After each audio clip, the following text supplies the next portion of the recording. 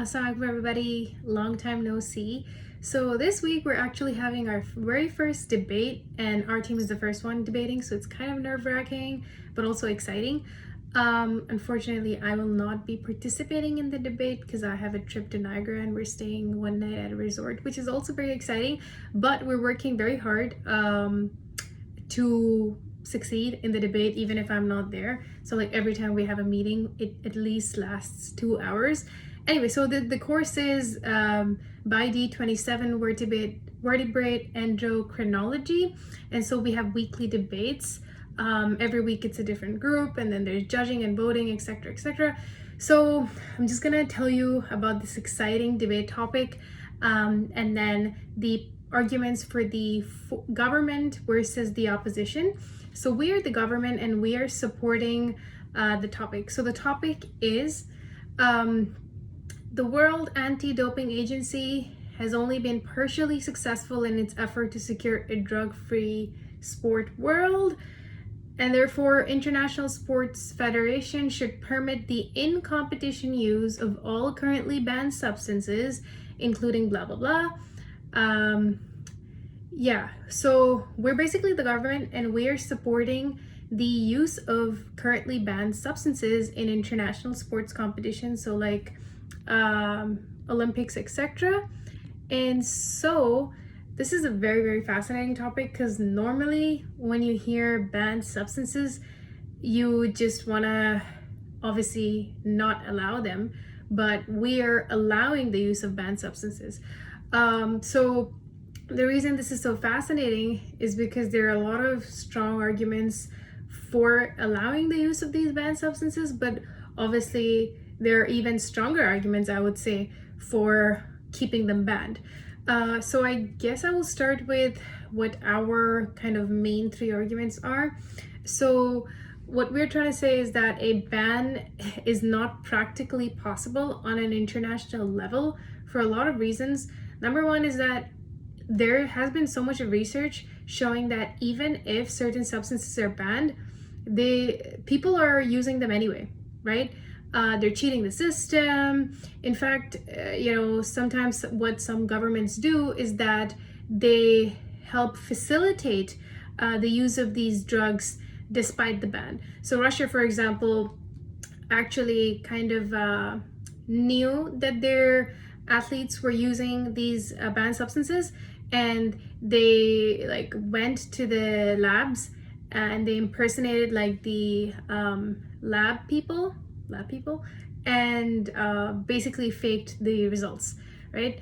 Russia's kind of known to cheat the system, so ban is impractical. People are doing it anyway.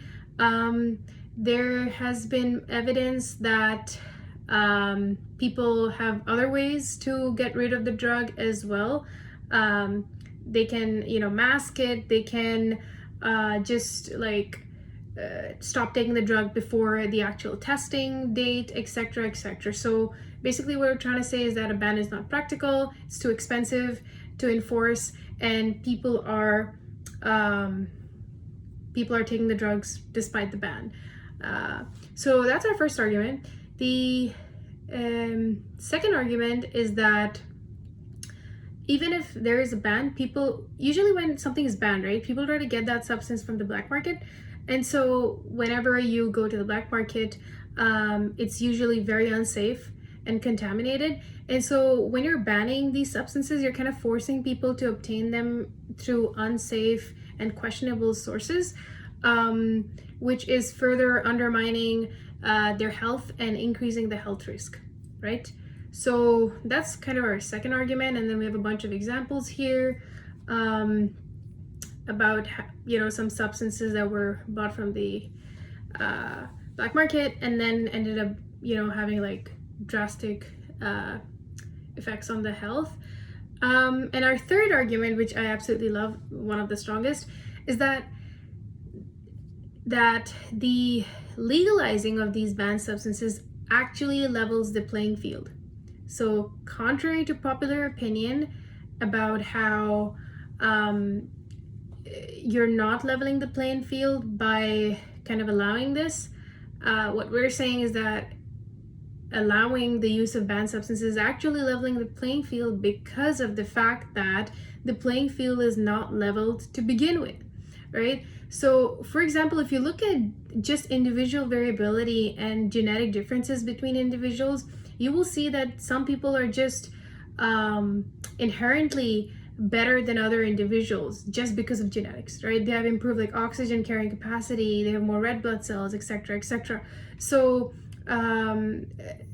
so taking these drugs allows the people that are at a disadvantage to kind of be at the same baseline at people that are already better. So, for example, people that have asthma, right, or anemia, etc., if they take these drugs, then it's kind of leveling the playing field for them.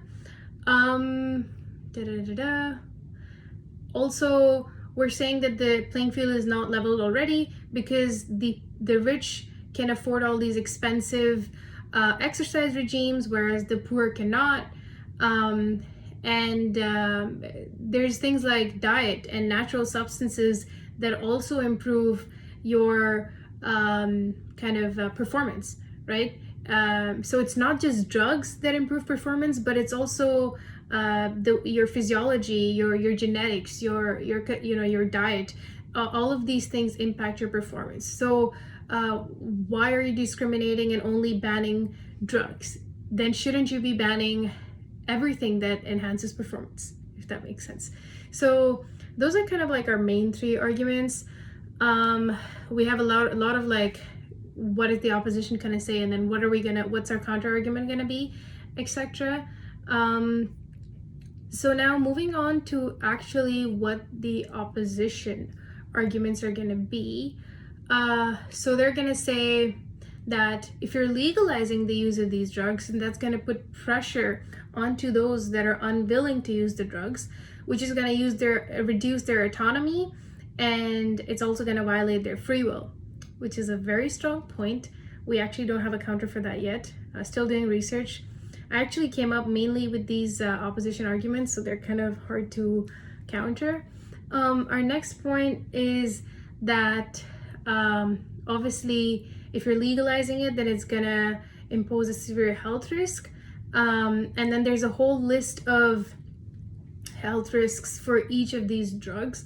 Like during the short term, obviously they're beneficial, but chronic use of anything can have disadvantages, like, heart attack, cancer, liver failure, kidney failure, etc., etc. And if you try to like counter that, then you might be like, oh, try to regulate it, or impose like a dosage restriction, etc. But then even those are difficult to kind of enforce, right?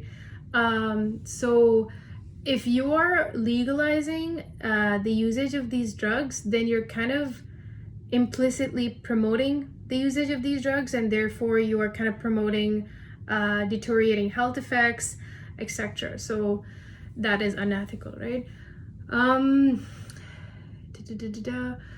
Like in terms of the health risk that they're talking about, our possible counter could be that there's already a health risk that the athletes are going through because their exercise regimes are already so intensive that kind of already negatively impacts their health. And so taking these performance enhancing drugs, for example steroids, can actually improve recovery and muscle mass, but then that's just a short-term benefit. In the long term, it still negatively impacts them. So there's that. Another argument is that the more you take these drugs, the more you increase the dependency. So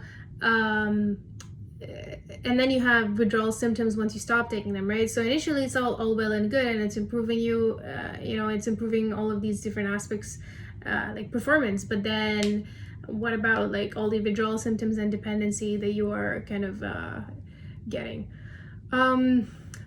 The other point that is pretty strong is that if they were legalized, then not everybody can afford these drugs and or have the medical personnel to take them safely, and so this will put low-income athletes at a severe disadvantage, right? But then our counter to that is that the rich are already using expensive drugs even during the ban, and they're already using these expensive exercise regimes, and so it's already unfair to begin with. But it's not a strong enough argument, because by legalizing, you're still incentivizing kind of the use of these drugs, and so that is just gonna increase the gap between the rich and the poor. So we have to look into that. So those are like, so as you can see, oh yeah, another point is about you're kind of undermining performance by kind of increasing dependency on drugs. So it's like if you're taking drugs, then the drug is actually the cause of your performance, but then the counter to that is that it's not actually the drug is kind of like a supplement. The actual performance comes from things like skills and strategy, and not necessarily drugs. So yeah. The opposition could also argue that if you take these drugs, then winning is more important than your health, and it encourages young athletes to do the same thing, so to take these drugs. Now our counter to that would be that winning is the entire point of sports, especially at like the Olympic level. Like most of these athletes have been spending probably their entire life, or most of their life, preparing and training for these competitions, and so they do really care about winning over, let's say, their health, and their health has already been compromised by their intensive exercise regimes. And to them and to the country, it's a matter of reputation and money, more than like the health, right? So yeah, I will let you guys know who emerges victorious. I really obviously wish it's us, but the opposition clearly has really strong arguments, and I think it's really how we debate and how we put across our points. Like, we have good points too, and we just have to counter them confidently. Since I'm not like there to kind of argue, but yeah, so this is just like one of the debate topics. There are many really interesting debate topics that are coming up every week, so I'll keep you guys posted on that. Yeah, so hope everyone's enjoying their semester.